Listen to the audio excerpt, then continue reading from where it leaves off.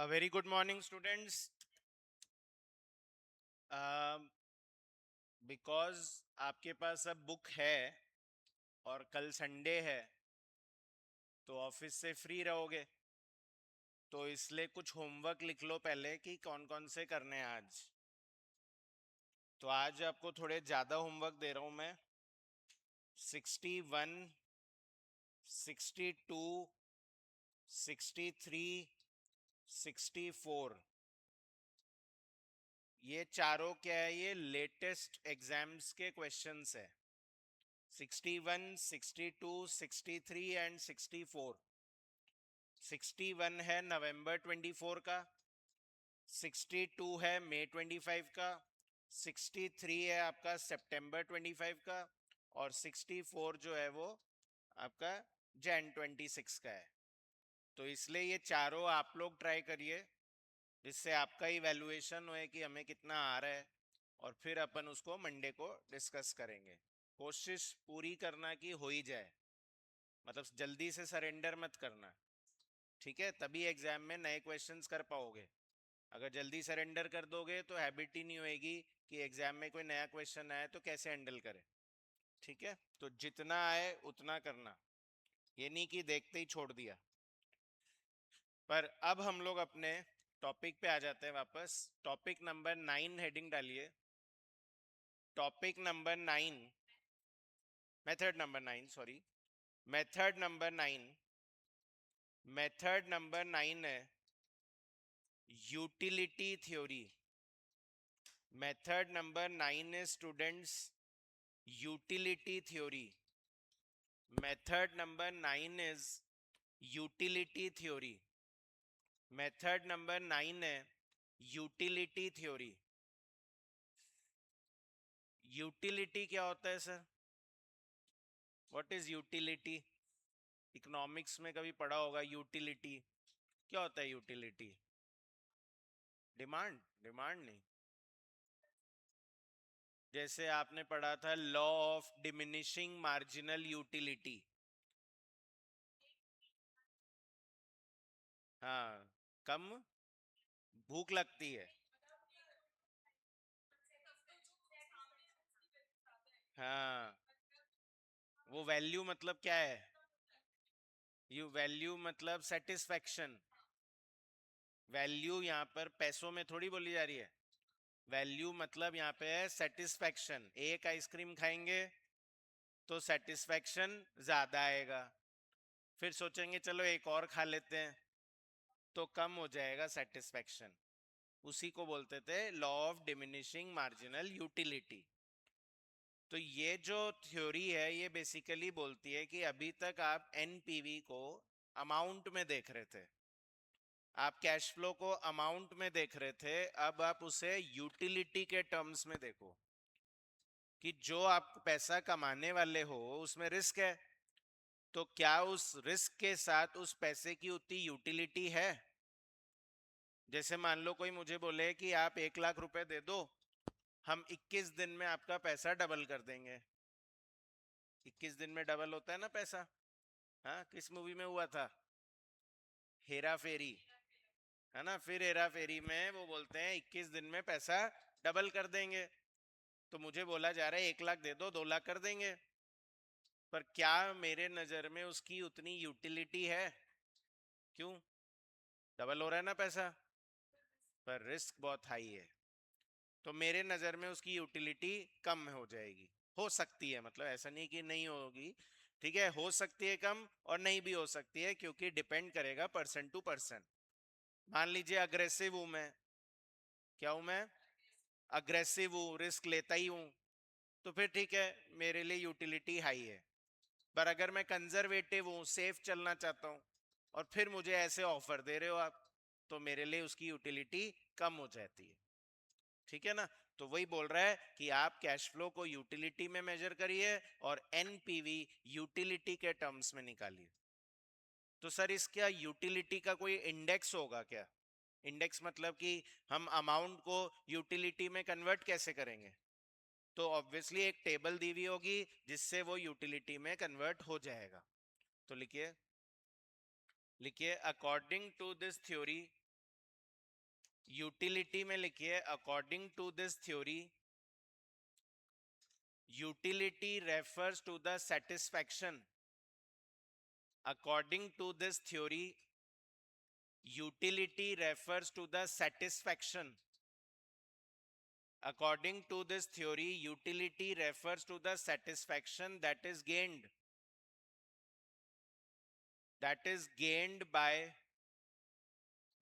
gained by earning the cash flows. जैसे अभी आप लोग स्टाइपेंड कमा रहे होगे अगर, तो आपकी यूटिलिटी अभी हाई है कि अभी तो हमको चाहे 2000 मिले, चाहे 3000 मिले, चाहे 5000 मिले, कमा तो रहे हैं पहली बार, तो आपकी यूटिलिटी वेरी हाई है। पर जब सीए बन जाओगे तब उस 2-5 हजार की कोई यूटिलिटी नहीं रहेगी, फिर लाखों में चाहिए, है ना, कि हर महीने 1 लाख रुपए अकाउंट में आए तो बात करो, ठीक है। तो यूटिलिटी उस टाइम लाख रुपए की हो जाएगी, अभी 2-4 हजार रुपए में ही खुश हो रहे हैं हम, क्योंकि अभी स्टूडेंट लेवल पे पढ़ रहे हैं, ठीक है। तो लिखिए according to this theory utility refers to the satisfaction that is gained from the earning the cash flows, ठीक है ना। कैश फ्लोज कमाने से जो सेटिस्फैक्शन आ रहा है उसी को यूटिलिटी बोलेंगे। Full stop, paragraph change. Every cash flow from the project every cash flow from the project will be converted into utility. Every cash flow from the project will be converted into utility. Every cash flow from the project will be converted into utility as per the index given in the question. As per the index given in the question. Every cash flow will be converted into utility as per the index given in the question. As per the index given in the question. And NPV will be calculated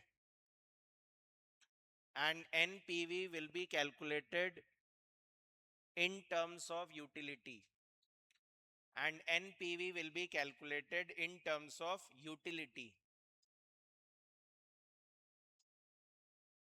ठीक है, हर cash flow को किस में convert कर दिया जाएगा? Utility में। तो 33 क्वेश्चन देखिए, क्वेश्चन नंबर 33,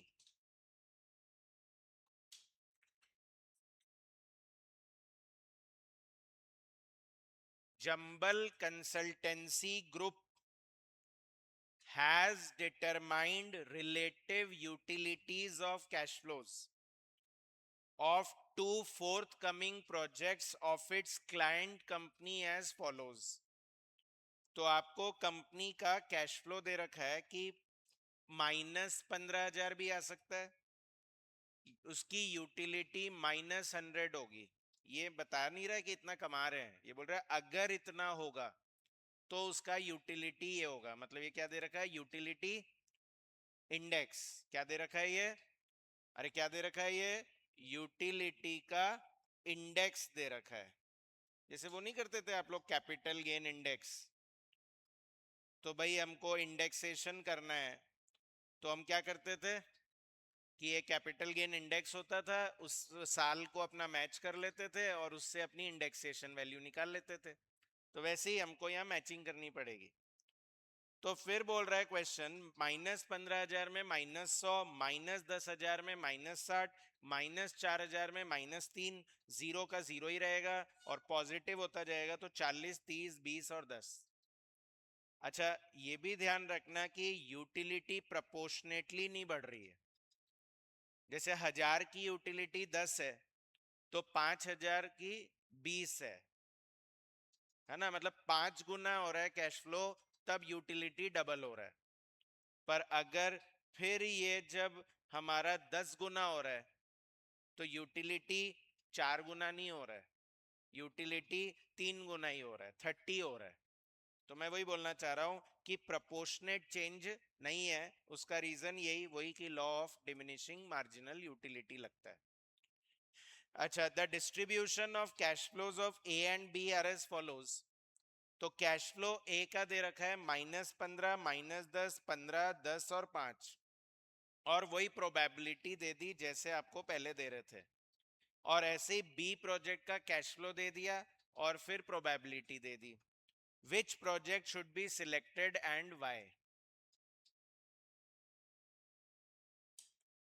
कैसे करेंगे?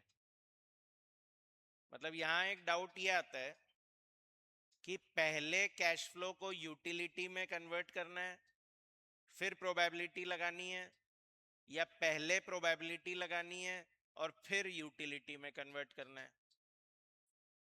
हाँ, डिफरेंस आएगा उससे आंसर में। हाँ, वही पूछ रहा हूँ, पहले कैश फ्लो को यूटिलिटी बनाऊं और फिर प्रोबेबिलिटी लगाऊं, या पहले प्रोबेबिलिटी लगाऊं फिर यूटिलिटी में कन्वर्ट करूं? तो जो आप बोल रहे हो ना, एकदम यही मैं एग्जाम में करके आया था। तो हमको ये पढ़ाया नहीं गया था, हमारे लिए भी ये नया था उस टाइम एग्जाम में। तो हाँ, बहुत पुराना क्वेश्चन है, 2011 का क्वेश्चन है, ये नवंबर गलत लिख दिया, मई है ये। तो मई 11 में मैंने सीए क्लियर किया था, तब मेरे एग्जाम में यही आया था, नया आ गया था एग्जाम में एकदम से। तो मैं यही कराया कि पहले कैश फ्लो को प्रोबेबिलिटी से मल्टीप्लाई कर दिया, क्योंकि बाकी सारे मेथड्स में यही करते आए हैं। नहीं, नंबर में मतलब क्या? जैसे ये -15,000 है, तो ये तो डायरेक्ट ही आ रहा है ना, ये डायरेक्ट मैच हो रहा है, इसलिए बोल रहे हैं। ठीक है, क्वेश्चन इजी है बहुत, बस ये पता होना चाहिए कि स्टेप क्या है। तो पहले कैश फ्लो को यूटिलिटी में कन्वर्ट करना है और फिर उसका एवरेज करना है। ठीक है, तो वही करा रहा हूं। तो मतलब नहीं देख के जाओगे ना, तो आप भी यही गलती करोगे कि हमने पहले मल्टीप्लाई कर दिया फिर यूटिलिटी में कन्वर्ट किया।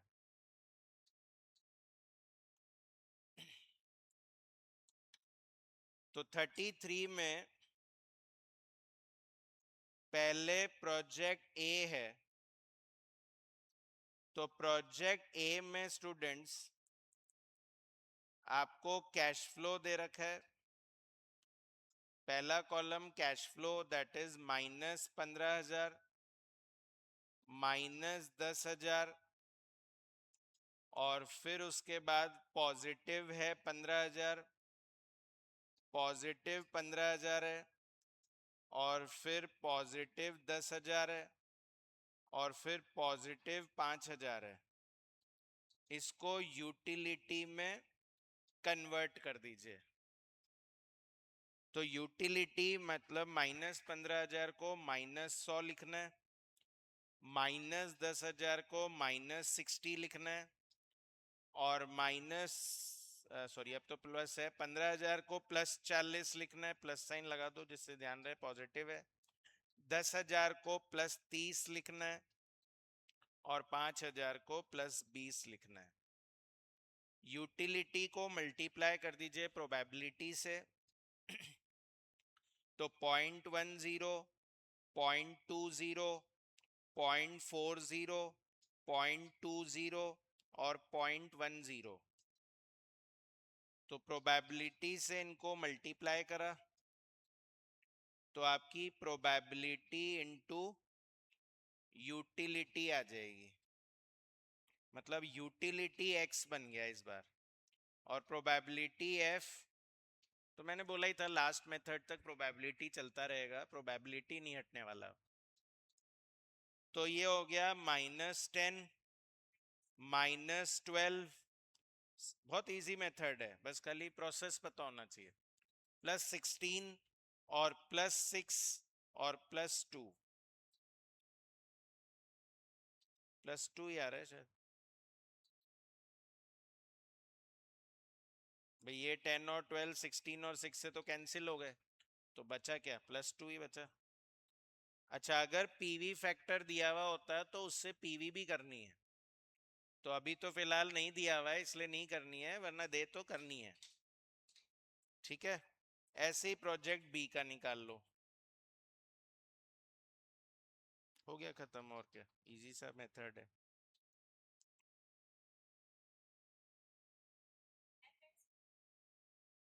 हाँ हाँ, मतलब एवरेज जो आया आपका, इसको बोलेंगे एक्सपेक्टेड यूटिलिटी। आपको मैंने बोला था ये नाम याद कर लो हमेशा के लिए, कि जब भी एवरेज कर देते हैं प्रोबेबिलिटी से तो उसे एक्सपेक्टेड बोला जाता है। क्या बोला जाएगा? एक्सपेक्टेड।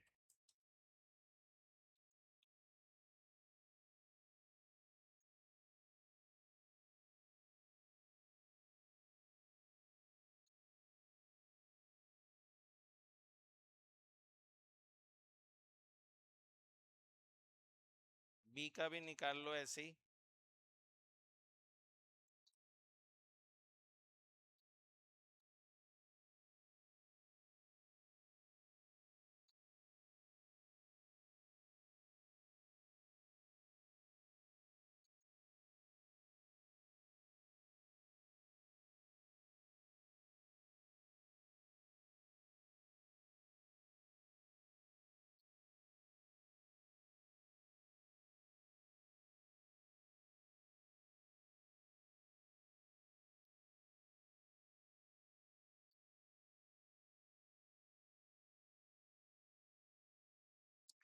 कितना आ रहा है? 17.55।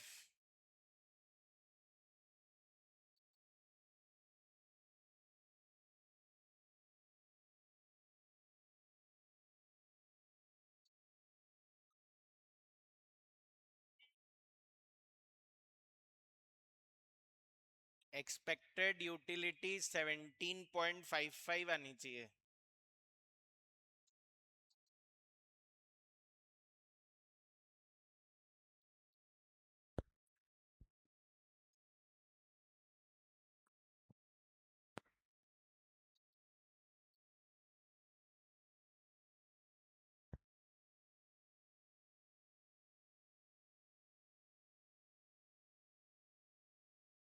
तो ये बात मैंने पहले भी बोली थी, फिर दोबारा याद दिला दे रहा हूँ कि जब आपका एग्जाम होगा तो आपको एक बार आपके मॉड्यूल पे नजर जरूर डालना है। मतलब ये मानो कि एक रिवीजन तो मॉड्यूल से ही होना चाहिए। ठीक है, कि ये तो मैंने तो बुक दे ही दी, पर हम लोग क्या है, टॉपिक वाइज पढ़ाते हैं। क्या पढ़ाते हैं? कि भाई ये मेथड तो ये कर लो, ये मेथड तो ये कर लो। मॉड्यूल में शफल्ड होता है, तो वो शफल्ड रिवीजन भी होना चाहिए आपका। कि ना मुझे तो पता नहीं कौन सा टॉपिक है, पर मुझे बस ये देखना है कि मेरे को ये आता है कि नहीं आता, है ना? वो वाली प्रैक्टिस भी होनी चाहिए आपकी। और क्या होता है कि मेरी बुक देखोगे बार बार तो आदत हो जाएगी उस बुक की, तो किसी दूसरे बुक से रेफर करते हैं तो पता लगता है कि एक्चुअल पोजीशन क्या है। ठीक है, इसलिए मॉड्यूल जरूर देखना। वैसे भी बताया कि पास होने के लिए मॉड्यूल सफिशिएंट होता है। तो ये स्टूडेंट्स यूटिलिटी का मॉड्यूल में तो एक ही क्वेश्चन है, पर मैंने एक मिसलेनियस में भी डाल रखा है आपके प्रैक्टिस के लिए। तो आज होमवर्क में ऐड कर लो 46। 46 सेम ऐसा ही है, वही यूटिलिटी इंडेक्स दी हुई है, और आपको प्रोजेक्ट है, प्रोजेक्ट बी का कैश फ्लो दे रखा है, तो कर ही लोगे। 46 भी होमवर्क में ऐड कर लो। अभी मैं करा रहा हूं 47। 47 बोल रहा है, consider the following proposals and find out which project should be accepted using NPV approach and utility theory approach। इस बार थोड़ा डिफरेंट स्टाइल में दिया हुआ है। आउटफ्लो दे दिया ए का 40,000, मतलब एक तरह से -40,000 हो गया ये, और इनफ्लो हो गया 75,000 और 25,000। प्रोबेबिलिटी 0.6 0.4। बी का भी दे दिया है, आउटफ्लो तो 40 ही है, पर इनफ्लो 52,500 है। प्रोजेक्ट लाइफ 1 ईयर है, रिस्क फ्री रेट 8% है। आपको बताया था कि जैसे ही प्रोबेबिलिटी लगा देते हैं तो डिस्काउंटिंग रिस्क फ्री रेट से ही होती है। Consider the utility index, function मतलब इंडेक्स। तो इस बार ये यूटिलिटी का टेबल थोड़ा डिफरेंट तरीके से दिया हुआ है। कैसे दिया हुआ है? इनकम टैक्स के स्लैब जैसे दिया हुआ है। फर्स्ट 25,000 कमाएंगे ना, तो उसकी यूटिलिटी ज्यादा है, 6 है। पर अगर नेक्स्ट 25,000 कमाएंगे ना, तो यूटिलिटी हाई है लो है, लो है। और नेक्स्ट 25,000 कमाएंगे तो यूटिलिटी और कम हो गई, और अगर उसके आगे और कमाओगे तो यूटिलिटी और कम हो जाएगी। हालांकि मैंने रेफर किया इनकम टैक्स स्लैब का, पर वो उसमें लॉ ऑफ डिमिनिशिंग नहीं, लॉ ऑफ इंक्रीजिंग टैक्स लगता है। जितना ज्यादा कमाते जाओगे टैक्स रेट बढ़ता जाता है, यहाँ पे जितना ज्यादा कमाते जाओगे यूटिलिटी कम होती जाती है।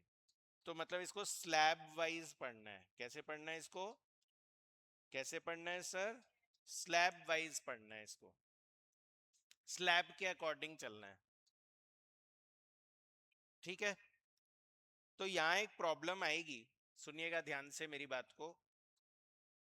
मुझे बताओ 25,000 कमाएंगे तो उसकी यूटिलिटी क्या आएगी, 6। 25,000 कमाने की यूटिलिटी क्या है, 6। पर अगर बोल रहा है 75,000 कमाएंगे तो 75,000 तो है ही नहीं इनमें कहीं, तो क्या करेंगे, क्यूमुलेट करेंगे, 6 + 4 + 2 तो कितना हो गया, 12। क्यूमुलेट करेंगे ना भाई, हम 75,000 कमाएंगे तो क्वेश्चन बोल रहा है उसके 3 पार्ट कर दो। तो फर्स्ट 25,000 की यूटिलिटी क्या होगी, 6। नेक्स्ट 25,000 की यूटिलिटी क्या होगी, 4।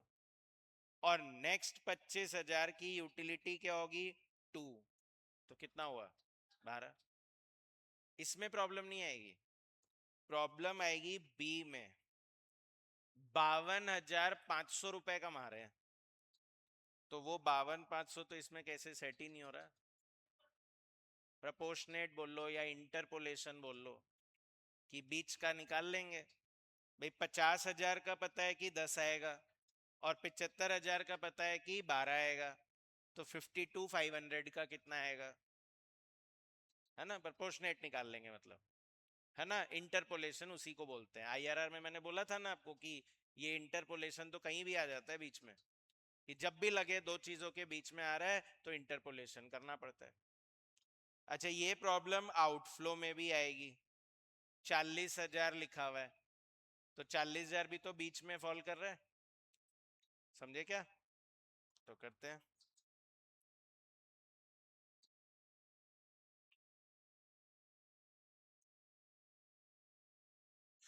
तो क्वेश्चन नंबर कौन सा हुआ ये, 47। तो पहले प्रोजेक्ट ए की बात करें, प्रोजेक्ट ए में आउटफ्लो जो दे रखा है वो 40,000 दिया हुआ है। तो यूटिलिटी निकालेंगे अगर इसका, तो यूटिलिटी निकालेंगे तो 40,000 में इसको ब्रेक कैसे करेंगे, 25,000 अलग और 15,000 अलग। तो क्या मैं बोलूं 25,000 की यूटिलिटी 6 तो आई जाएगी, बोलो, और प्लस यूटिलिटी 4 होती अगर आप 25,000 और कमाते, तो 15,000 और कमाने में कितना होएगा, कितना आएगा, सब मिला के माइनस का 8.4 बोला जाएगा। चेंज देख लिया हमने, है ना, कि चेंज 4 अगर यूटिलिटी चाहिए तो चेंज 25,000 का आना चाहिए, अपना तो 15,000 ही चेंज हो रहा है, तो कितना आएगा 8.4। समझ में आया। और फिर कैश इनफ्लो दिया हुआ है, तो कैश इनफ्लो में स्टूडेंट्स क्या बोल रहे हैं, या तो कितना आएगा 75,000, ईयर वाइज नहीं है, एक साल ही है लाइफ, प्रोजेक्ट लाइफ 1 ईयर है। केस है दो, बेस्ट केस वर्स्ट केस। तो बेस्ट केस है तो 75,000 आएगा, और वर्स्ट केस है तो 25,000 आएगा। तो पहले प्रोबेबिलिटी लगानी है, पहले यूटिलिटी लगानी है, पहले यूटिलिटी चाहिए। तो यूटिलिटी कितना आ गया, 12 और 6। 12 और 6, 12 कैसे है, 6 + 4 + 2 6 + 4 + 2 तो 12, और ये आपका 6 है। प्रोबेबिलिटी लगा दीजिए कितना, 0.60 एंड 0.40। तो probability into utility, probability into utility 7.2, 2.4, सब मिला के 9.6, सब मिला के 9.6 आ रहा है, 9.6। तो इसकी पीवी भी करनी है आपको, पीवी ऑफ यूटिलिटी, इसकी भी पीवी करनी है क्योंकि ये 1 साल बाद आएगा, और जो आप आउटफ्लो लगा रहे हो वो आज आ रहा है। तो इंटू 0.926, 8% से आता है 0.926। तो 9.6 को मल्टीप्लाई कर दीजिए 0.926 से, प्लस का 8.89, तो आपकी एनपीवी ऑफ यूटिलिटी आ जाएगी।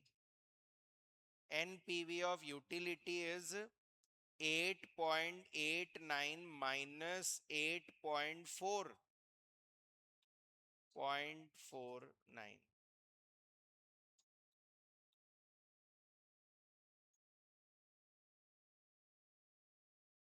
0.49 क्लियर है क्या?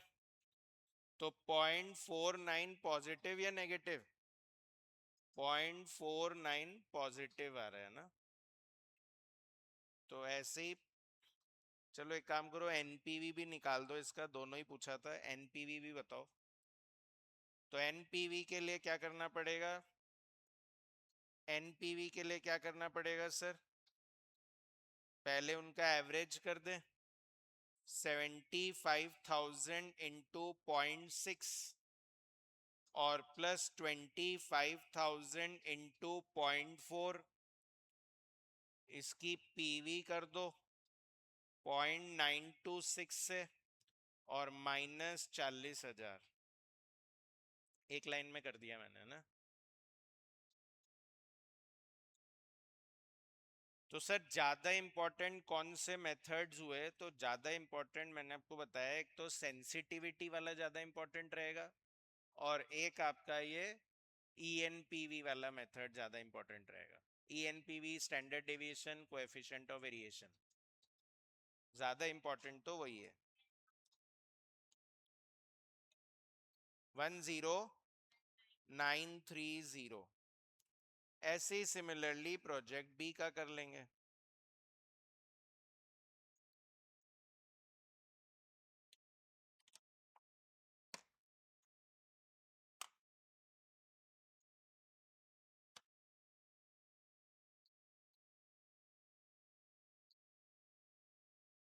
तो प्रोजेक्ट बी का करिए ऐसे ही।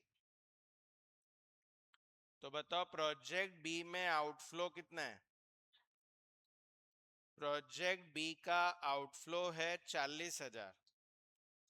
तो यूटिलिटी ऑफ आउटफ्लो सेम ही रहेगा, -8.4। यूटिलिटी सेम रहेगा -8.4। और फिर उसके बाद कैश इनफ्लो, तो कैश इनफ्लो में कितना दिया हुआ है? या तो अच्छा एक ही दे रखा है इसमें, 52,500। तो 52,500 तो इसकी यूटिलिटी निकाले, तो वही हम बोलेंगे 6 + 4 तो होगा ही होगा। अच्छा 2 यूटिलिटी आएगी जब 25,000 और कमाएंगे। तो हम तो कमाई कितना रहे हैं, 2,500, 2,500 और कमा रहे हैं। ये 2,500 समझ में आ रहा है ना कैसे आ रहा है? 50 से चेंज कितना आ रहा है? 52,500 इज 2,500 का चेंज। तो कितना आएगा? 10.20। और इस यूटिलिटी की वही पीवी प्रोबेबिलिटी हो जाएगी, पहले 1 ही दे रखा है, बोल रहा है गारंटी है कि यही होगा।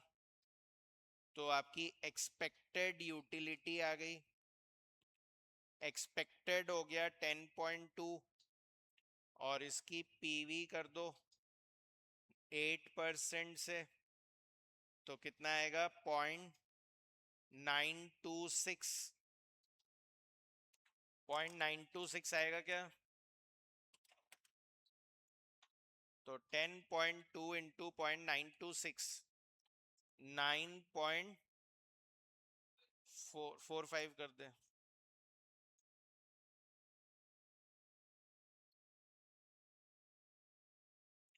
तो 9.45 आ रहा है, तो NPV of utility is 9.45 minus 8.4, तो कितना आएगा प्लस का 1.05, प्लस का 1.05।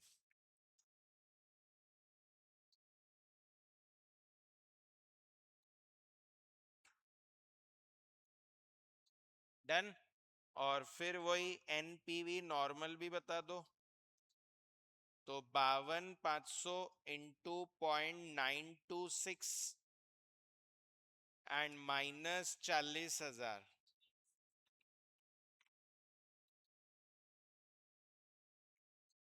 8615, 8615। कौन सा प्रोजेक्ट अच्छा लग रहा है? ये अच्छा लग रहा है। हाँ, दोनों मेथड से अलग अलग आ रहा है, एनपीवी से ए पर यूटिलिटी के हिसाब से बी।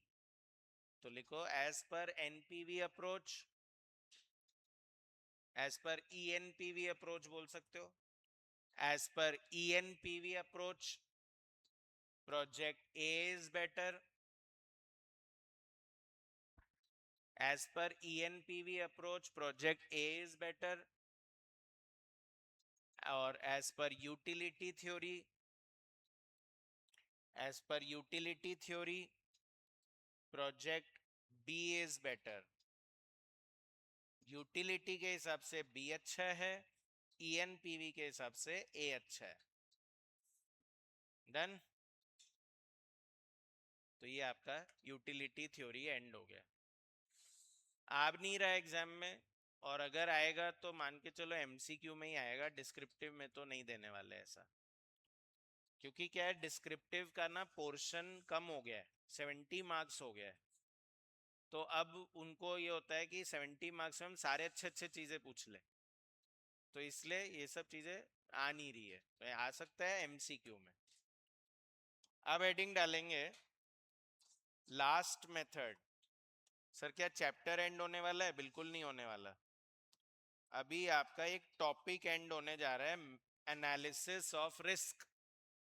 आपको याद हो तो मैंने स्टार्टिंग में बोला था हमको 3 चीजें पढ़नी है इस चैप्टर में, एक इम्पैक्ट ऑफ इन्फ्लेशन, एक इम्पैक्ट ऑफ रिस्क, और अब बचा है impact of change in technology, कि अगर टेक्नोलॉजी बदल जाती है तो हम डिसीजन कैसे लेते हैं। तो फिर वो आपने इंटर में वैसे पढ़ा हुआ है, सब कुछ वही पढ़ाऊंगा। रिप्लेसमेंट डिसीजन बोलते थे इंटर में। क्या नाम से बोलते थे? कि हम पुराने को बदल के नया लाना चाहते हैं। तो क्यों लाना चाहते हो नया? टेक्नोलॉजी चेंज हो गई है, ठीक है, तो वही पढ़ाना है, रिप्लेसमेंट ही पढ़ाना है अब आपको आगे। Method number 10, method number 10 students क्या है? Normal, normal probability distribution, normal probability distribution, normal probability distribution. हमें क्या करना है? प्रोबेबिलिटी का डिस्ट्रीब्यूशन करना है। स्टूडेंट्स ये टॉपिक मॉड्यूल में नहीं दिया हुआ है, पर आप अगर कभी भी जब कैपिटल बजटिंग पढ़ते हो तो ये मेथड उसमें होना ही चाहिए। मतलब अदर बुक्स जब रेफर करते हैं है ना, अदर बुक से मेरा मतलब है जो ऑथर्स होते हैं उनकी बात कर रहा हूं मैं, तो वो ये मेथड जरूर मेंशन करते हैं कि ये मेथड भी होना चाहिए। और प्लस ये हमारे आगे चैप्टर्स में है, ऐसा नहीं है कि ये कोर्स में ही नहीं है प्रोबेबिलिटी डिस्ट्रीब्यूशन, तो इसलिए हो सकता है कि यहाँ पर वो चीज़ पूछ ली जाए, तो मैं आपको सिखा तो देता हूँ, बाकी मॉड्यूल में इसका कोई क्वेश्चन नहीं है, ठीक है, पर मैं आपको एक एग्जाम्पल से सिखा तो देता हूँ कि आपके एग्जाम में है तो आप तो कर पाओ, और इजी ऐसे हार्ड भी नहीं है कि आप टाइम वेस्ट क्यों कर रहे हैं सर, है ना। नॉर्मल प्रोबेबिलिटी डिस्ट्रीब्यूशन में क्या होता है, आप लोगों ने फाउंडेशन में पढ़ा था, ये फाउंडेशन में आपको एक इस तरह का कर्व पढ़ाया जाता था, तो ये कोई ऐसे थोड़ी है कि फाइनल का टॉपिक है, ये फाउंडेशन का टॉपिक है, उसको बस हम इस चैप्टर से लिंक करना चाह रहे हैं। तो बेल शेप्ड कर्व बोलते थे इसको, क्या बोलते थे, घंटी जैसा दिख रहा है ना, इसलिए इसको बोलते थे बेल शेप्ड कर्व। हाँ, क्या होता था, हाँ सिमेट्रिकल डिस्ट्रीब्यूशन बोल लो, कि मतलब हमने दो पार्ट में अपने एरिया को बांट दिया, दो इक्वल पार्ट में उसको डिवाइड कर दिया, तो सिमेट्रिकल डिस्ट्रीब्यूशन बोल लो, पर वैसे नाम नॉर्मल डिस्ट्रीब्यूशन होता है। जैसे मैं बोलूं कि ना, मान लीजिए फॉर एग्जाम्पल, मान लीजिए कि ना हम यहाँ के मतलब जयपुर के लोगों की डेमोग्राफिक एनालिसिस करना चाहते हैं। क्या करना चाहते हैं, ये क्या होता है डेमोग्राफिक एनालिसिस सर, जैसे आजकल सुन रहे होगे जनसंख्या एनालिसिस हो रहा है, जनगणना, कि कितने लोग रहते हैं इंडिया में, है ना भाई, 150 पे ही है या 200 पहुंच चुके हैं, है ना, तो उसके लिए सर्वे हो रहा है। तो ऐसे डेमोग्राफिक सर्वे में क्या होता है, लोगों की एज बताई जाती है कि कितने एज के हैं लोग, कि 10 साल के हैं, कि 10 साल के ज्यादा लोग हैं, 20 साल के ज्यादा लोग हैं, 30 साल के ज्यादा लोग हैं, या बुढ़े हो गए सारे ही 70-80 साल के हैं, ये जानना चाहते हैं हम लोग, उसको बोलते हैं डेमोग्राफिक एनालिसिस। तो जब वो एनालिसिस करेंगे तो क्या लगता है ज्यादा लोग किस एज के आएंगे, बीच वाले, मतलब ऐसा भी नहीं होगा कि बच्चे ही हैं सारे, और ऐसे भी नहीं होगा कि सारे ही सीनियर सिटीजन है, ठीक है ना, बीच वाले एडल्ट एज वाले जो है वो ज्यादा नजर आएंगे। तो हमारा ये डायग्राम भी यही बोलना चाह रहा है कि छोटी एज वाले कम लोग होंगे और बड़ी एज वाले भी कम लोग होंगे, जो ज्यादा एरिया होगा ना वो किसका होगा, बीच वालों का होगा, ज्यादा एरिया किसका होगा, बीच वालों का होगा, इसी को बोलते हैं डेमोग्राफिक एनालिसिस करना। अच्छा, ये जो अब आप बोल रहे हो कि ज्यादा लोग होंगे, तो मैं आपसे पूछूंगा परसेंटेज में बताओ कितने होंगे भाई, 40% लोग हैं एडल्ट एज वाले, 50% वाले एडल्ट वाले, 60% है एडल्ट वाले, कितने लोग हैं परसेंट में बताओ, मतलब उसकी प्रोबेबिलिटी बताओ, समझ में आया क्या, तो ये नॉर्मल प्रोबेबिलिटी डिस्ट्रीब्यूशन कहलाता है। और एग्जांपल दूं, अगर क्रिकेट में इंटरेस्ट रखते हो तो मान लीजिए जैसे आईपीएल का मैच चल रहा है, ठीक है, क्या जयपुर स्टेडियम में भी मैच होता होगा, होता है ना, एसएमएस स्टेडियम में भी मैच होता है, तो क्या हर बार इक्वल स्कोर बनते हैं क्या, कभी कम भी बनते होंगे, कभी ज्यादा भी बनते होंगे, पर ज्यादा चांस किसका है, एवरेज स्कोर्स का। तो मतलब ये जो मिड पॉइंट मैंने बनाया है ना, यही उसका क्या होता है, एवरेज। तो अगेन मैं बोलूं कि रन जो बनेंगे वो इसके आसपास ही तो बनेंगे, एवरेज के आसपास ही तो बनेंगे। तो आप बोलो कि नहीं सर 100 से कम नहीं बन सकते क्या, बन तो सकते हैं पर चांस बहुत कम है। आप बोलो सर 200 से ज्यादा नहीं बन सकते क्या, बन तो सकते हैं, चांस बहुत कम है। तो मान लीजिए 100 से कम रन बनने के भी चांस कम है, 200 से ज्यादा रन बनने के भी चांस कम है, पर 100 से 200 के बीच में रहने के चांसेस ज्यादा है। तो बोल रहे किसी भी सिनेरियो को ले आओ अपने सामने, सब इसी डिस्ट्रीब्यूशन के जैसे नजर आएंगे कि एकदम मिनिमम की तरफ भी कम होता है, एकदम मैक्सिमम की तरफ भी कम होता है। जो नॉर्मल होता है वो एवरेज के आसपास ही होता है। नॉर्मल बोल रहे हैं इसीलिए तो नॉर्मल वर्ड यूज कर रहे हैं। नॉर्मली क्या होगा? नॉर्मली यही होगा कि आपका जो एनालिसिस है वो यही बोलेगा कि सब कुछ एवरेज के पास ज्यादा जा रहा है। आया क्या समझ में आ रही बात? अच्छा, मान लीजिए एवरेज जो है वो, मैं एज की बात कर रहा हूं वापस। मान लीजिए मेरा एवरेज एज जो है वो फॉर एग्जाम्पल, एवरेज एज जो है फॉर एग्जाम्पल मान लीजिए 40 आ रहा है। हमने डेमोग्राफिक एनालिसिस किया तो एवरेज एज क्या आ रही है? 40 आ रही है। एवरेज एज जो है वो कितनी आ रही है? 40। एवरेज एज कितनी है स्टूडेंट्स? 40। तो मुझे बताओ 40 से ज्यादा हो सकता है क्या? हो सकता है। तो बस हमको यही बताना है कि 40 से ज्यादा होने की क्या प्रोबेबिलिटी है।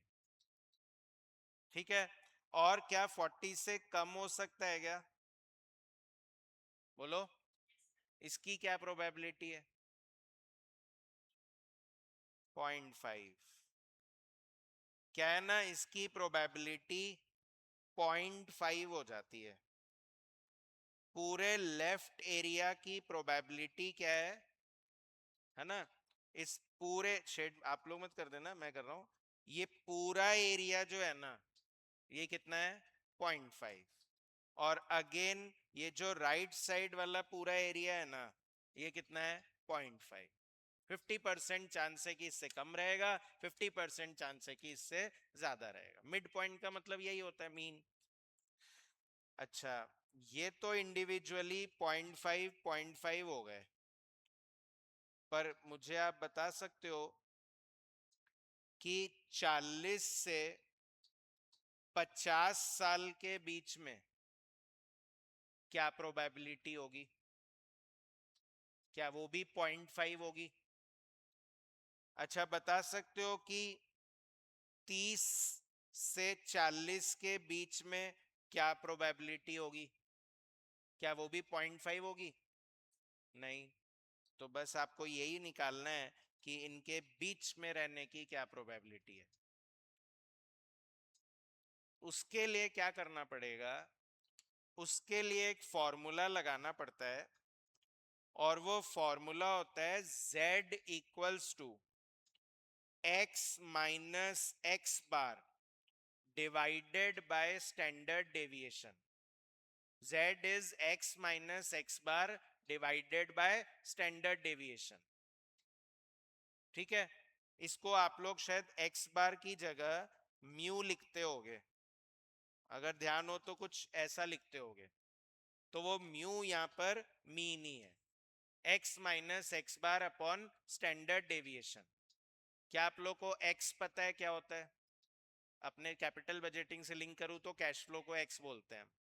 और x बार क्या होता है? उसका मीन, प्रोबेबिलिटी से मल्टीप्लाई कर दिया, वेटेड एवरेज कर दिया, x बार आ गया। फिर उसका डेविएशन निकाल लेते हैं अपन, तो आ जाता है स्टैंडर्ड डेविएशन। तो ये टर्म्स तो फेमिलियर हो ही गए हमारे लिए। ऐसा कोई जिसको स्टैंडर्ड डेविएशन में दिक्कत आ रही है अभी भी, कि स्टैंडर्ड डेविएशन ही नहीं निकालना आता? समझ में आ रहा था? स्टैंडर्ड डेविएशन भी पहले डेविएशन निकालो, फिर उसका स्क्वायर करो, प्रोबेबिलिटी से मल्टीप्लाई करो, फिर डिवाइड बाय p, आपका स्टैंडर्ड डेविएशन आ जाता है। तो मान लीजिए मैं बोलूं कि स्टैंडर्ड डेविएशन जो दे रखा है वो आपको दे रखा है 5। कितना दे रखा है? क्या हमने बोला था? मीन से डेविएशन तो आ ही सकता है, कि उससे ज्यादा भी हो सकता है, उससे कम भी हो सकता है। तो स्टैंडर्ड डेविएशन 5 का मतलब प्लस और माइनस दोनों होता है। तो मतलब हम तो बोल ही रहे हैं कि 40 का 45 भी हो ही सकता है, और 40 का 35 भी हो सकता है। पर हम तो ये नहीं पूछ रहे ना, हम तो बोल रहे 40 से 50 हो सकता है क्या? 40 से 50 के बीच की क्या प्रोबेबिलिटी है, तो उसके लिए ये z निकालना पड़ता है। तो z हो गया कि आप स्टैंडर्ड डेविएशन कितना बोल रहे हो 5, और आप हमसे डेविएशन कितना पूछ रहे हो 10। यही हुआ ना इसका मतलब, 50 माइनस 40 यानी आप तो 10 का डेविएशन पूछ रहे हो, और ये हमारा स्टैंडर्ड डेविएशन 5 है, तो क्या मैं बोलूं आप 2 टाइम्स ऑफ स्टैंडर्ड डेविएशन पूछ रहे हो? बोलो, वही बता रहा हूँ, z क्या इंडिकेट कर रहा है वही समझा रहा हूँ। मैं बोल रहा हूँ नॉर्मली 5 का डेविएशन तो मैं मान के ही चलता हूं, और आप बोल रहे हो कि नहीं 10 का डेविएशन आएगा, तो क्या मैं बोलूं आपके स्टैंडर्ड डेविएशन का 2 टाइम्स पूछ रहे हो आप डेविएशन? तो मतलब ये एक रेशियो ही तो है खाली, कि स्टैंडर्ड डेविएशन का कितना टाइम्स डेविएशन पूछ रहे हो, 2 टाइम, 3 टाइम, 4 टाइम, कितना डेविएशन मांग रहे हो। तो बेसिकली जो नॉर्मल वैल्यू है उसको z वैल्यू में कन्वर्ट कर दिया जाएगा, तो ये z आपका 2 आ जाएगा। यहाँ पे नॉर्मल वैल्यू को कन्वर्ट कर दिया जाएगा किसमें, z वैल्यू में। क्यों सर?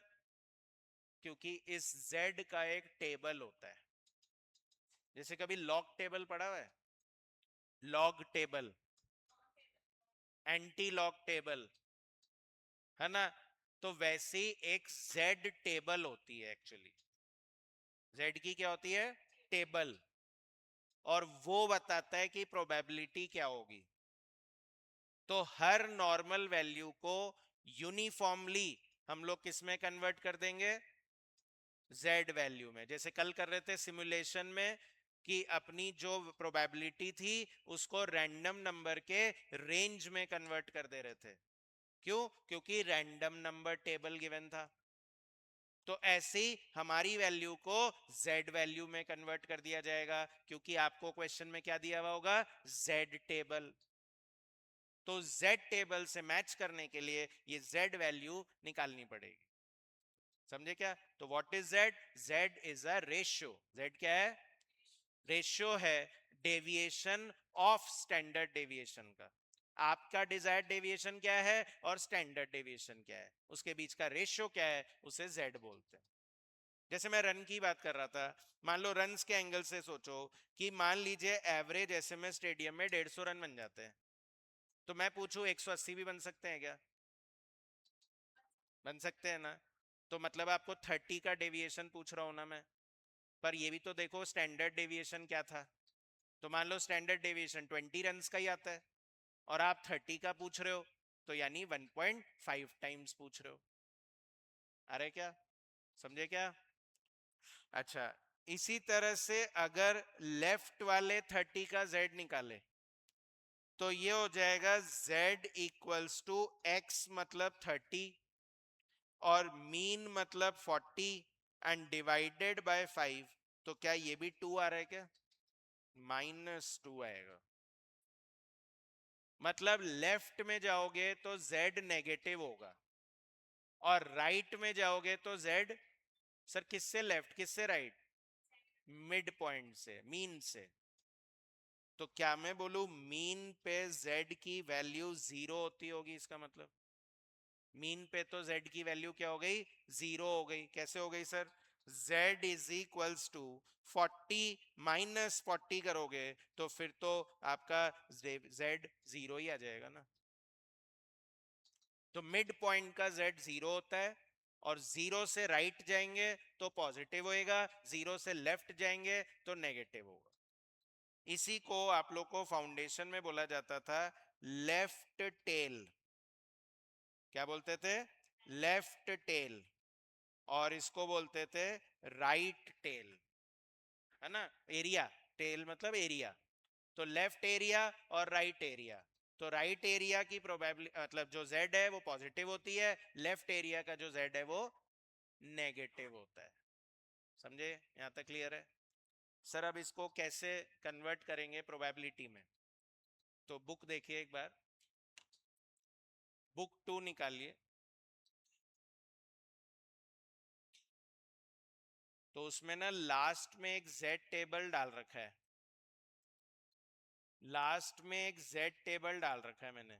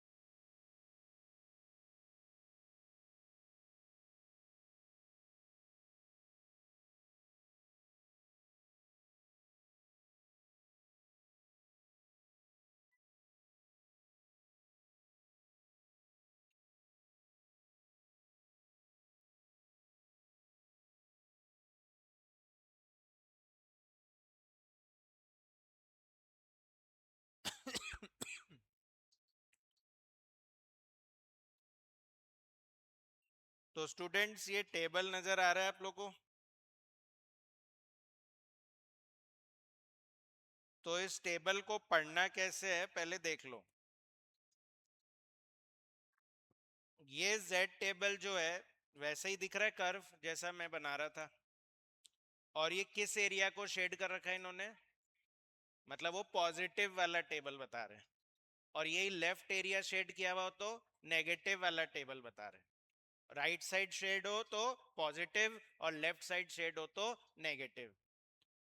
अच्छा, इसमें Z की जो वैल्यू दे रखी है, इसमें जो हमें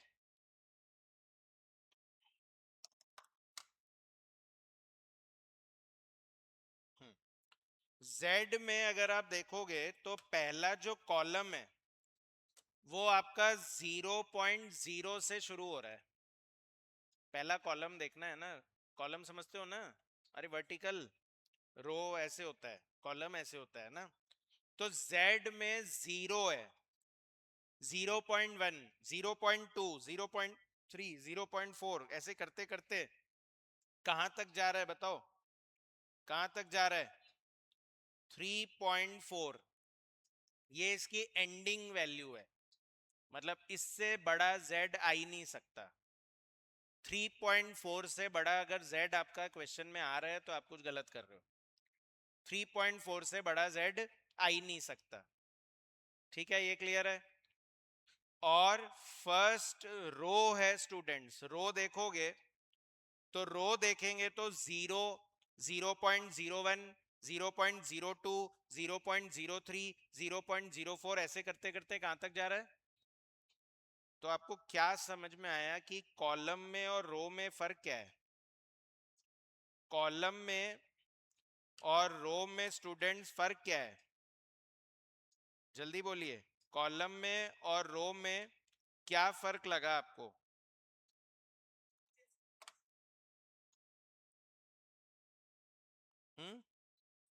डेसिमल का, हाँ वही पूछ रहा हूँ, डेसिमल में क्या फर्क लगा आपको? 1 डेसिमल। कॉलम में 1 डेसिमल है और रो में सेकेंड डेसिमल है। कॉलम में 1 डेसिमल है, फर्स्ट डेसिमल है, और रो में सेकेंड डेसिमल है। जैसे फॉर एग्जांपल अपना मान लो Z वैल्यू जो आ जाए वो 2.34 हो जाए, तो 2.34 को सर कैसे देखेंगे? तो 2.34 को देखने के लिए हम क्या करेंगे, फर्स्ट कॉलम में तो 2.3 देखेंगे, फर्स्ट कॉलम में क्या देखेंगे? 2.3। तो फर्स्ट कॉलम में तो 2.3 देखेंगे, है ना?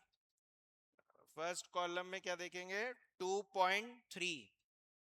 और रो वाइज देखोगे तो 0.04 देखोगे, तो दोनों को मैच करोगे तो दोनों पे मैचिंग वैल्यू क्या आ रही है?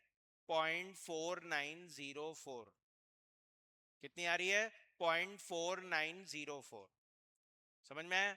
फर्स्ट डेसिमल देखना है कॉलम में और सेकंड डेसिमल देखना है रो में, दोनों को मैच करना है। सर और कोई एग्जांपल दो, मान लो जैसे हम बोले 1.65 देखना है, क्या देखना है? 1.65। तो क्या करेंगे, कॉलम में देखेंगे 1.6 और रो में देखेंगे 0.05, तो ये बन गया 1.65 और प्रोबेबिलिटी हो जाएगी 0.4505। क्या हो जाएगी? 0.4505। आया क्या? हाँ सॉरी, नहीं 4505। आप कौन सा टेबल देख रहे हो? आप गलत टेबल देख रहे हो बेटा। नहीं नहीं, आप पूरा लेफ्ट से लेके देख रहे हो, मैं राइट बता रहा हूँ खाली। शेडेड एरिया बताया ना अभी, शेडेड एरिया क्या था अपना? ये वाला एरिया देखना है आपको, सिर्फ ये देखना है। अच्छा मैं बता देता हूँ आपका जो डिफरेंस आ रहा है, आप बोल रहे हो सर 0.9405 आ रहा है, तो लेफ्ट पूरा कितना था? 0.5, और राइट कितना है? 0.4905, मतलब जो भी है 44 कितना था, 444505। तो 0.5 में अगर 4.4505 ऐड करूंगा तो कितना आएगा? 0.9505 है। पूरा बोलोगे तो 0.95 हो गया, पर अगर सिर्फ राइट साइड बोलोगे, अगर पूरा बोलोगे तो ये भी ऐड होगा ना, पर अगर सिर्फ राइट साइड बोल रहे हो तो 0.4505 ही है। अरे मैंने बोला ना राइट साइड में टोटली कितना है, तो 0.5 से बड़ा तो आ ही नहीं सकता। तो आप चेक कर लीजिए इस टेबल में जो आपकी प्रोबेबिलिटीज है, इस टेबल में स्टूडेंट जो आपकी प्रोबेबिलिटीज है वो लास्ट वैल्यू है 0.4998, अप्रॉक्स 0.5। समझे क्या? तो मतलब इससे बड़ी वैल्यू तो हो ही नहीं सकती, ठीक है, क्योंकि ये सिर्फ राइट एरिया है, राइट एरिया 0.5 से बड़ा हो ही नहीं सकता। तो क्या मैं बोलूं z की वैल्यू 3.4 और ऊपर देखे तो 0.09 यानी 3.49 से बड़ा नहीं हो सकता, 3.49 से बड़ा z नहीं हो सकता। सर एग्जाम में क्या ये टेबल गिवन होगा क्या? टेबल पूरा तो नहीं दिया होगा, इसका एक्सट्रैक्ट दिया हुआ रहेगा, मतलब कुछ कुछ z पे वो प्रोबेबिलिटी खुद ही लिख के दे देंगे कि 1 पे इतना आ रहा है, 2 पे इतना आ रहा है, 3 पे इतना आ रहा है, 2.5 पे इतना आ रहा है, ऐसे खुद लिख देते हैं वो लोग, ठीक है। समझ में आ गई बात? z टेबल कैसे देखते हैं?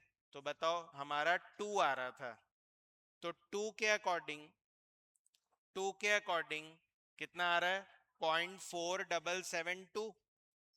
तो 2 पे आ रहा है 0.4772। तो बताओ क्या वो पूरे एरिया की प्रोबेबिलिटी है?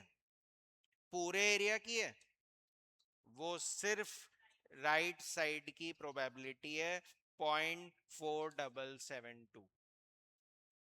तो मैं भी तो आपसे यही पूछ रहा था कि 40 से 50 की क्या प्रोबेबिलिटी है, तो वो आ गया 0.4772। पर अगर आप बोलोगे अप टू 50 होने की क्या प्रोबेबिलिटी है, तो अप टू 50 में 0.5 ऐड कर दूंगा और 0.4772 ऐड करेंगे तो आएगा 0.9772।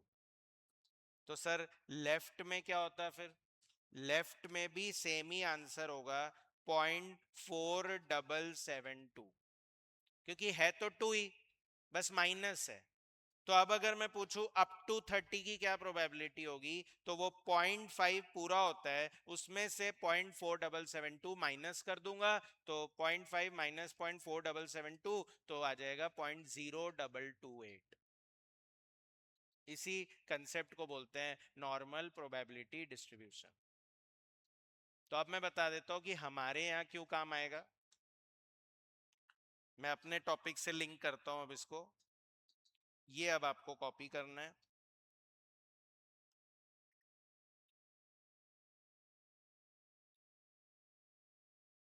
रफ डायग्राम ही बनाना है, ऐसे नहीं कि कोई ड्राइंग क्लास ही बना दो आप उसको।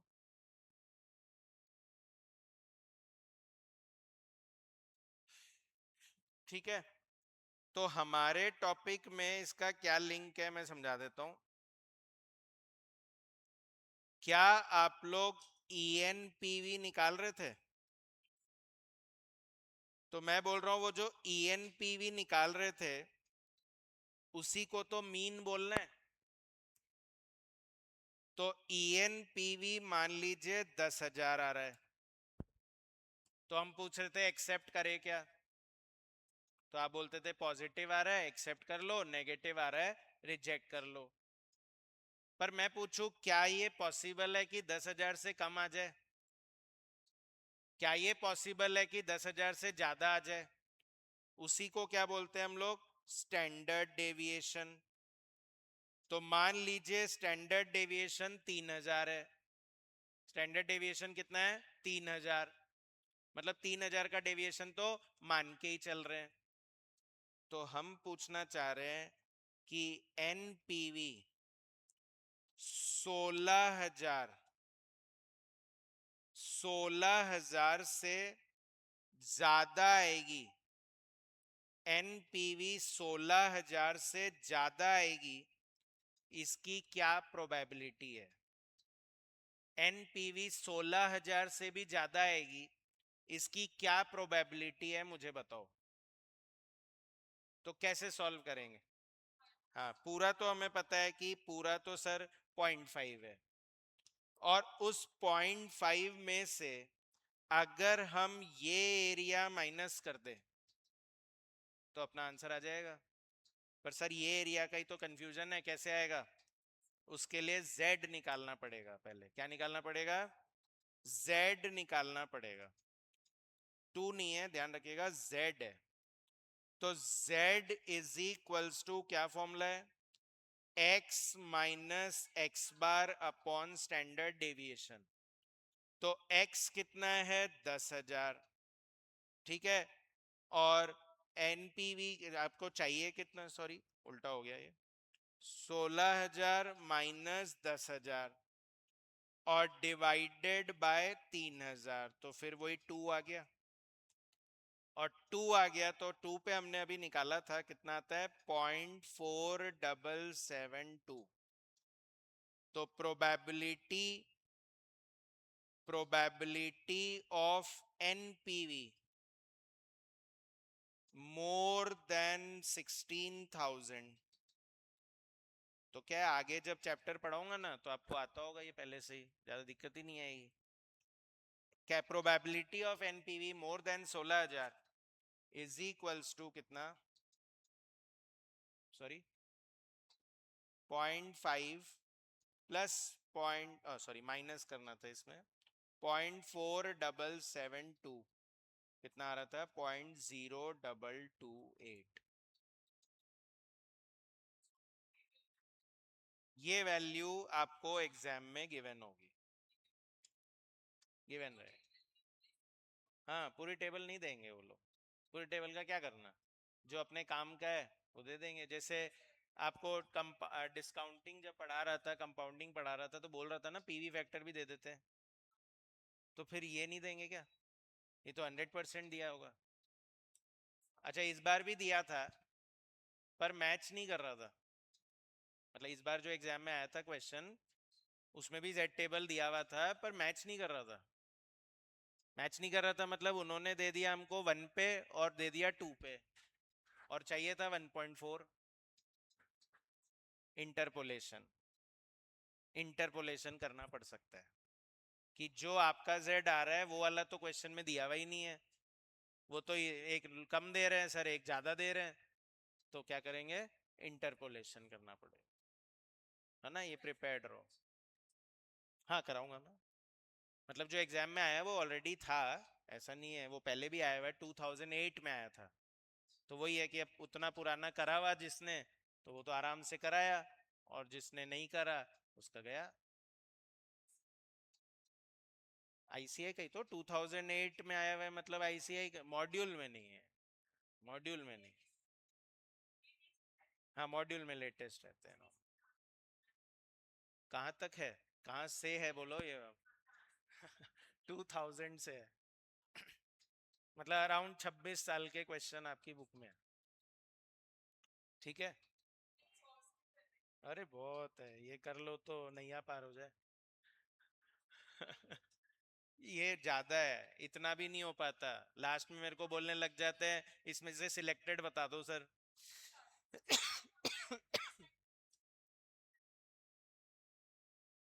रिवीजन का ऐसे रहता है कि जैसे मैं करा रहा हूँ, मैं पूरा करा रहा हूँ, फिर आप जब पहली बार रिवाइज करोगे तब भी आप पूरा करोगे। पर जब आप पहली बार रिवाइज करोगे तभी मार्किंग कर लो कि अगली बार मुझे कौन सा रिवाइज करना है। ए बी सी कैटेगरी बनानी है उसकी, कि यार ये तो बहुत ही हार्ड लग रहा है, ए में डाल दो। ये थोड़ा मीडियम सा लग रहा है, देखने से हो जाता है, तो बी। ये तो एकदम ही इजी लग रहा है, सी। तो जब अगली बार रिवीजन करोगे तो सी ड्रॉप हो जाएगा, ए और बी करोगे। फिर अगली बार करोगे तो बी ड्रॉप होने लग जाएगा, तो फिर बचेगा सिर्फ ए। इसलिए 5 बार रिवाइज करना बेटर है। हाँ ठीक है, आपका एग्जाम नियर है इसलिए पॉसिबल नहीं है, पर कोशिश करो अभी साथ साथ ही करो। पर जिनके पास टाइम है उनको कम से कम 5 बार रिवाइज करना पड़ेगा। ठीक है। तो ये जो हम लास्ट में सिलेक्टिव कोर्स पे आ जाते हैं ना फिर कि इंपॉर्टेंट बता दो, फिर वहां फंसते हैं फिर। मैं तो स्टार लगा दूंगा पर एग्जाम में जरूरी थोड़ी है कि वही आएगा, समझे नहीं रहे हो ना। बस मैं यही बोल रहा हूँ टाइम कम क्यों है, क्योंकि हम लोग लास्ट में लेके बैठ जाते हैं। अगर हम पहले से ही प्रिपेयर्ड रहेंगे तो फिर टाइम कम नहीं है। सीए फाइनल में 2 साल 2.5 साल का टाइम इसलिए नहीं दिया जाता है सिर्फ कि इंटर्नशिप है, वो इसलिए भी दिया जाता है कि आप अच्छे से कोर्स को भी पढ़िए। हाँ, ऑनलाइन में प्रॉब्लम चल रही है कि सब कुछ पका पकाया देने की कोशिश की जा रही है कि ये इम्पोर्टेंट लिस्ट है, ये कर लो, इसी में से आएगा, ये एक मैराथन लेक्चर देख लो इसी से होगा। तो वो वहाँ दिक्कत आ रही है, हार्ड पेपर में वही प्रॉब्लम आती है। इजी पेपर में तो हो जाएगा, पर हार्ड पेपर में वहीं फंसते हैं फिर।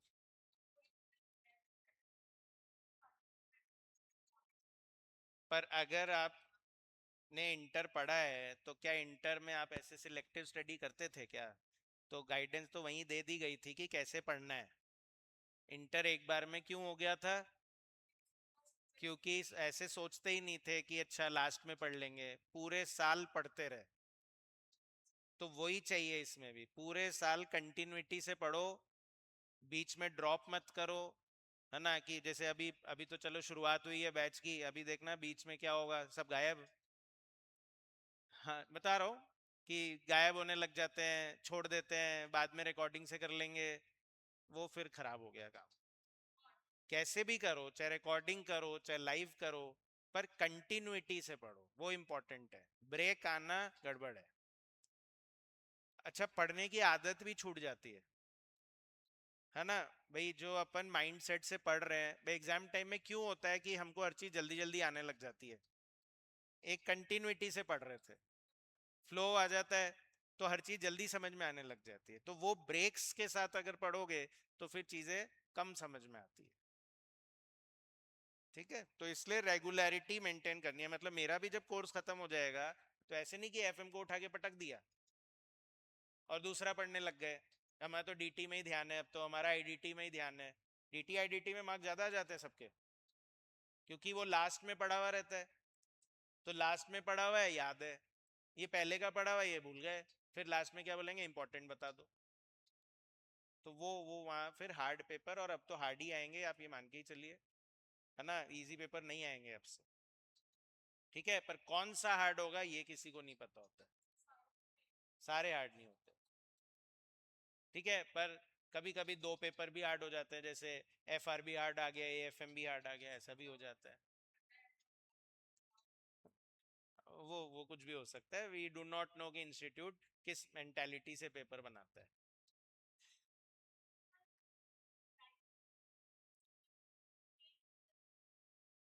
नहीं वो कोई दिक्कत नहीं। मैंने टच क्यों नहीं किया, क्योंकि मैंने बोला कि 0.5 कहाँ आएगा ये पता ही नहीं, इसलिए टच नहीं होता है। पर कोई बात नहीं, आप टच कर दो, ऐसे कोई दिक्कत नहीं है। ठीक है। स्टूडेंट्स, चलिए एक एग्जाम्पल और करा देता हूं मैं आपको। तो आपकी बुक में तो नहीं है, पर सीएमए वालों की बुक में है।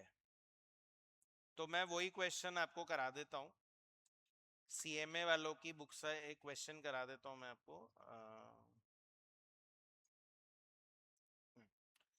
तो क्वेश्चन ऐसे है कि ENPV 800 रुपए है, ENPV 800 है, ENPV 800 है, स्टैंडर्ड डेविएशन 400 है।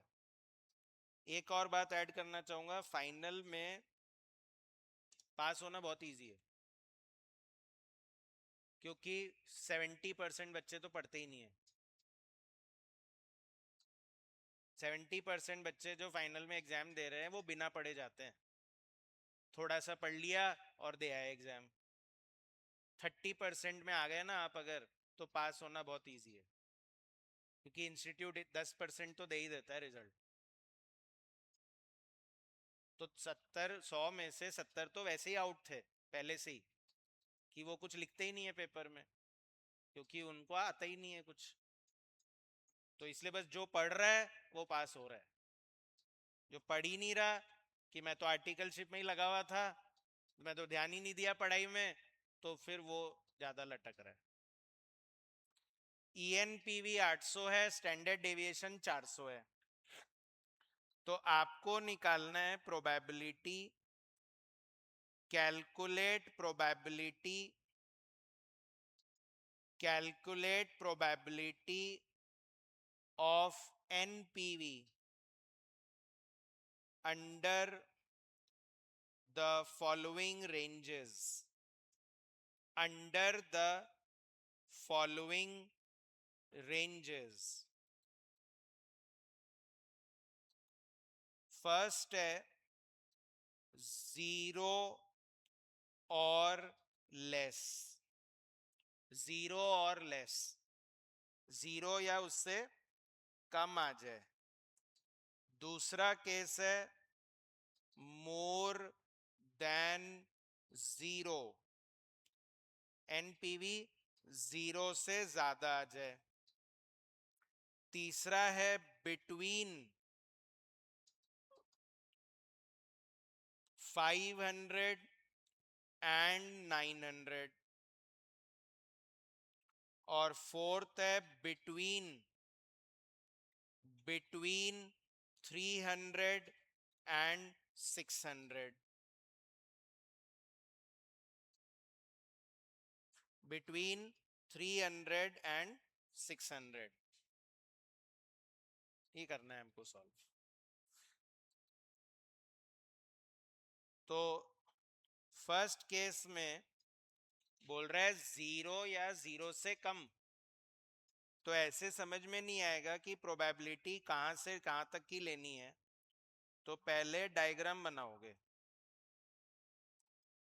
तो मिड पॉइंट को क्या बोलेंगे? ENPV। हमारे इस चैप्टर में क्या बोलेंगे? ENPV। ECF भी आ सकता है, अगर NPV नहीं हो तो ECF यूज हो जाएगा। तो ENPV कितना आ जाएगा आपका? 800। ENPV 800 है, तो क्या इसमें डेविएशन आ सकता है? 400 ज्यादा भी हो सकता है, 400 कम भी हो सकता है, ये तो हम मान के ही चल रहे हैं। पर क्वेश्चन क्या बोल रहा है? 0 से कम आ सकता है क्या? तो बताओ 0 राइट साइड होगा या लेफ्ट साइड? नहीं नहीं, वो तो Z0 था, मैं अभी NPV 0 की बात कर रहा हूं। तो NPV लेफ्ट में ही तो होगा 0, 800 से कम ही तो होगा 0। तो आपको 0 और उससे कम की प्रोबेबिलिटी निकालनी है, मतलब आपको इस एरिया की प्रोबेबिलिटी निकालनी है, 0 या 0 से कम। जो आप बोल रहे हो वो तो Z0 था, ये NPV 0 बोल रहा है। तो क्या हो जाएगा? Z equals to x minus x bar, Z equals to x minus x bar divided by standard deviation. तो बताइए x कितना है? 0। x बार कितना है? 800 डिवाइडेड बाय स्टैंडर्ड डेविएशन। तो बताओ स्टैंडर्ड डेविएशन कितना है? 400। कितना आएगा? -2 आ रहा है क्या? और अभी अभी -2 का तो हमने बताया ही था, 0.4772 आता है। तो आपकी प्रोबेबिलिटी हो जाएगी 0.5, बताओ प्लस या माइनस? ये पूरा 0.5 होता है, और ये 0.4772 है, तो प्लस या माइनस? माइनस ना, तो 0.5 माइनस 0.4772 यानी 0.0228, 0.0228।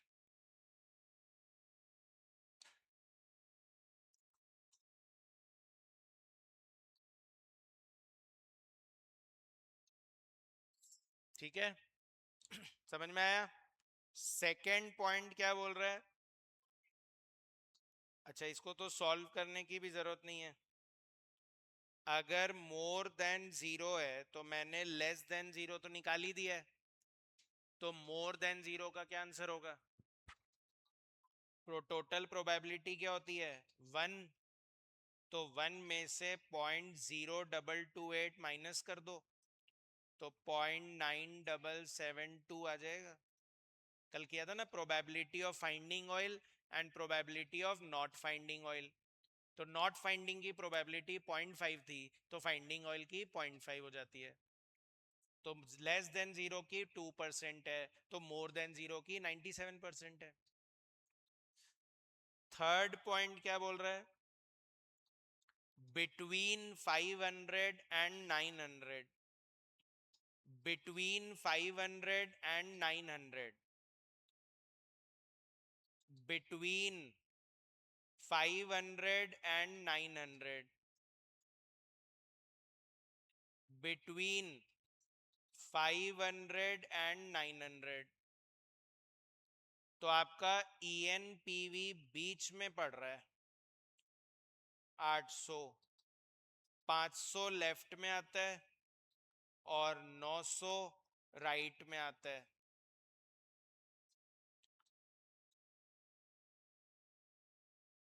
तो हमको ये बीच वाला एरिया निकालना है, ये पूरा निकालना है ना।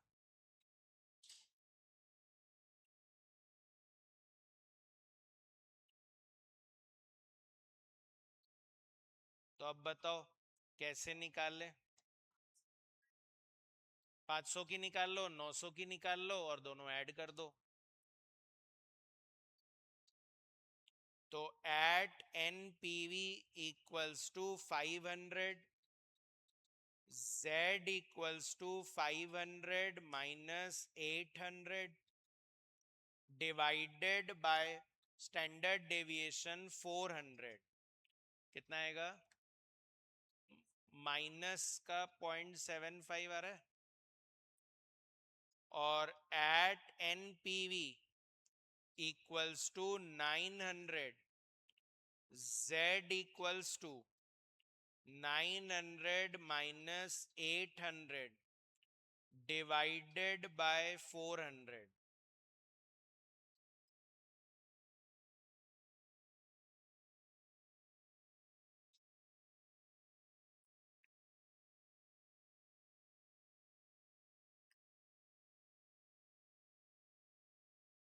0.25। और हिस्ट्री ये भी बोलती है कि जिनकी इंटर में रैंक आई हुई होती है उनकी फाइनल में बहुत ही कम आई हुई होती है।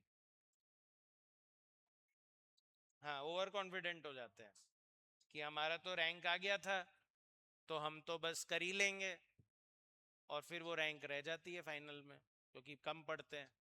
दूसरे बच्चे बल्कि जिनकी इंटर में नहीं आई है उनमें जोश आ जाता है कि मेरी इंटर में रह गई थी, मैं फाइनल में लाऊंगा, वो बल्कि ज्यादा पढ़ता है।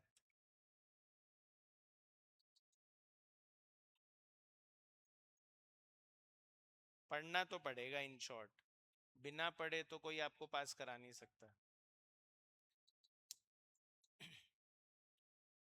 तो बताओ 0.75 पे कितनी प्रोबेबिलिटी आ रही है? 0.27। तो ये जो एरिया है ना, ये 0.2734 है। 34 बोल रहे हो ना? 0.2734। और ये जो एरिया है ये कितना है? 0.987, 0.0987, 0.0987। तो आपकी टोटल प्रोबेबिलिटी हो जाएगी 0.2734 प्लस 0.0987, 0.3721, 0.3721 आ रहा है। 0.3721 और लास्ट केस है स्टूडेंट्स, लास्ट केस क्या बोल रहा है कि 300 से 900 300 से 600 के बीच में आओ, 300 से 600 के बीच का कैलकुलेट करो। तो 300 से 600 के बीच का निकाले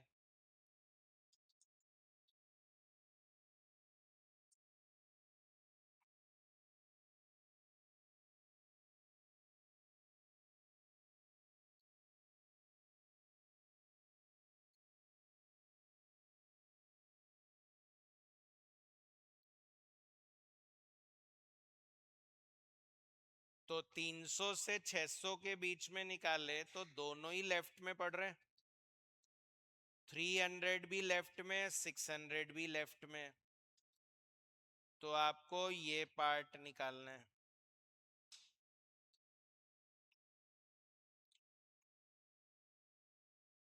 तो फिर at NPV equals to 300, Z equals to 300 minus 800 divided by 400 कितना आ रहा है, माइनस का 1.25।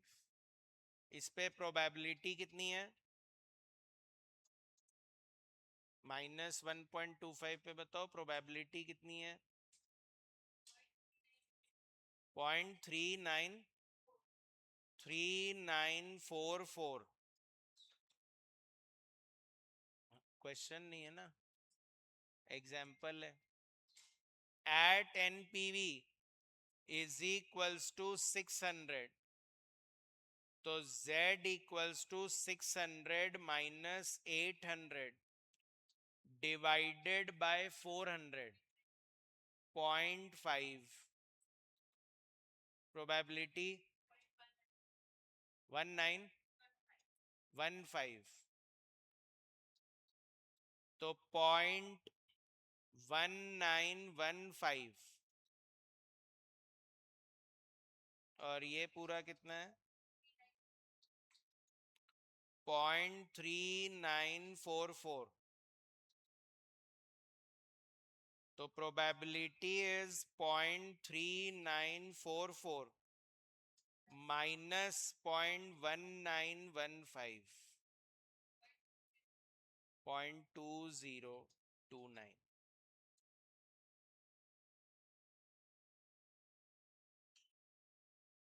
ठीक है, समझ में आ गया कैसे करते हैं। तो अपन बहुत ज्यादा नहीं करेंगे क्वेश्चन, क्योंकि वैसे बुक में है ही नहीं। ठीक है, माइनस क्यों करा, आपको ये एरिया निकालना है। तो इतना ये इतना है, तो ये बीच का एरिया कैसे आएगा, 300 तक की प्रोबेबिलिटी 0.39 है, 600 तक की प्रोबेबिलिटी 0.1915 है, तो बीच का कैसे आएगा। शेड तो करना पड़ेगा आपको, वरना शेडिंग नहीं करोगे तो समझ में नहीं आएगा कौन सा लेना है। आया सबको। तो स्टूडेंट्स ये आप लोग का रिस्क एनालिसिस पार्ट कंप्लीट हो गया। तो अब क्या बचा है सर, अब बचा है इसमें impact of change in technology. और इसमें एक टॉपिक और आता है ANPV। क्या आता है, ANPV। ENPV पढ़ लिया आपने, वैसे ही एक टॉपिक आएगा ANPV। तो वो ANPV करके भी एक लास्ट टॉपिक रहेगा, है ना। तो इस तरह से दो टॉपिक अपने बचे हैं, impact of change in technology और ANPV। ठीक है, टेबल देखो। हाँ,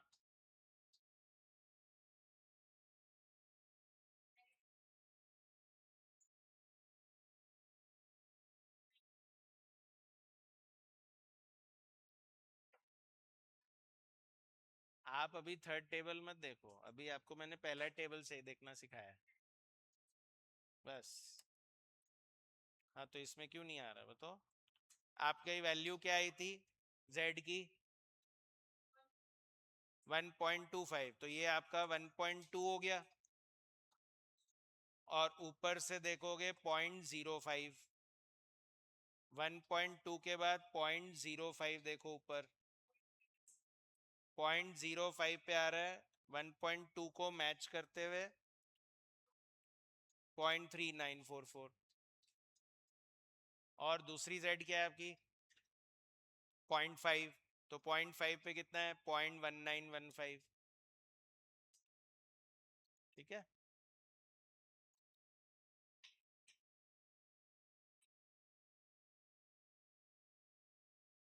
नहीं और नहीं करेंगे अब अपन मंडे को करेंगे impact of change in technology. ठीक है, हाँ वो